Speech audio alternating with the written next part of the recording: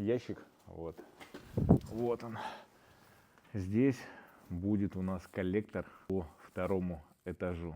Специально отдельно делаем мы такое разведение. И на втором этаже у нас система будет лучевая. То есть к каждому радиатору будет идти своя труба. Не через тройник, который замуровывается, и не дай бог с ним что-то произойдет и порвется он, да, то вам придется тогда взламывать чистовой пол, черновой пол второго этажа, да, и что-то менять. Поэтому мы тройников здесь в этом доме не применяем.